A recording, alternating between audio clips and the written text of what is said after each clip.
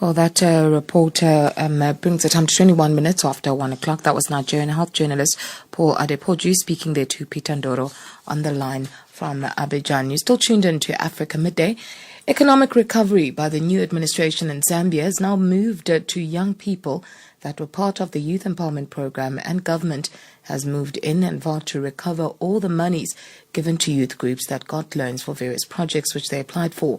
Most of those that got these resources were seen to be inclined to the former governing party, the Patriotic Front, and there's an assumption that the youths are being persecuted by the new administration, which has took a stance to fight corruption. However, details are being revealed in this report by Zambia correspondent Arthur Davis Scopo. Let's take a listen.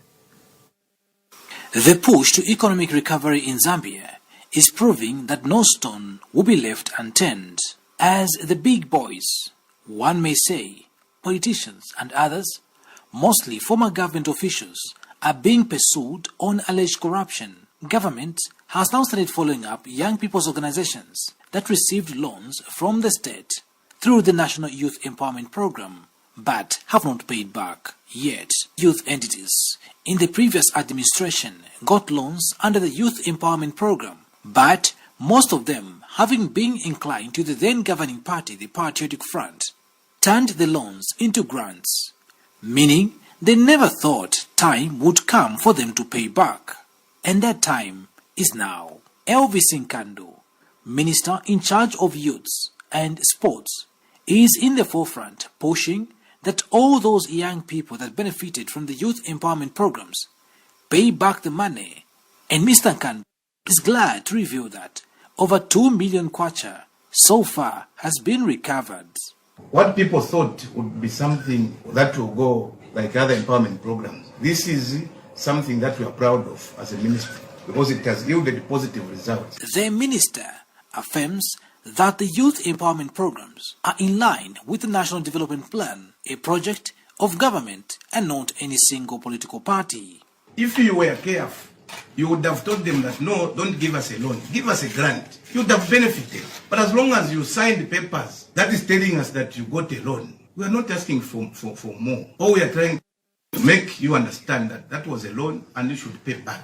Surely, can you tell us that that is victimization? No. 152 artists in various categories were empowered from the 30 million kwacha Presidential Arts Development and Empowerment Scheme. Patrick Samwembila, who was then National Arts Council chairperson at the time that the presidential funds were being dispersed, confirms that indeed it were loans meant to be paid back with a 9% interest for a period depending on one's contract, but between 1 to 5 years. First of all, the demand by the ministry is in order.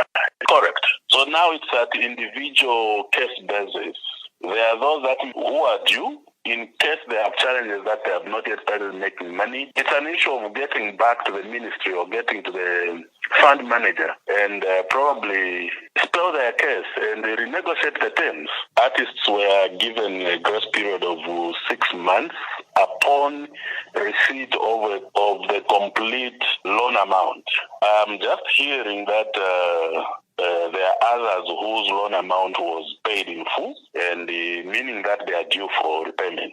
And one of the beneficiaries of the empowerment funds, Mulaza Kaira, describes the development of now starting to follow up the artist as a non-story. To pay back, then this whole thing becomes a story. But if we haven't even failed, then this whole thing is disappointing on so many levels. So whoever is pushing this narrative is discouraging, because for one, the industry that has been neglected for years is empowered. People should be happy that at least in this sector that has been neglected all these years, they are getting help from the government. Mr. Kaira, who goes by the stage name Makitu, is further surprised that demands are now being made even before some artists receive their whole funds. The last payment, which is working capital, so they haven't even gotten to a point where they sign the official contract and they start paying back. So it's almost like you give someone a loan, but even before they are required to pay back, you start, you are supposed to pay back. Do you know you are supposed to pay back? Makitu,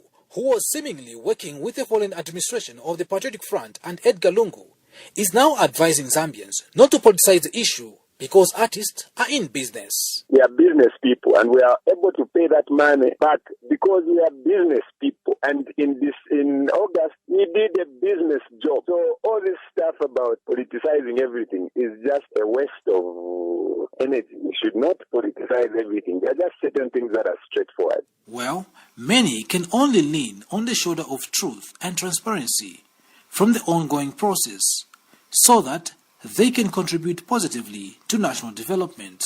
Reporting for the SABC's Channel Africa in Lusaka, Zambia, I'm Arthur Davis, Scopo. Leader of South Africa's Democratic Alliance, John Steenhuisen, says he will be first in line to lay criminal charges against Albert Fritz if it is warranted. Fritz was suspended as Western Cape Province MEC for community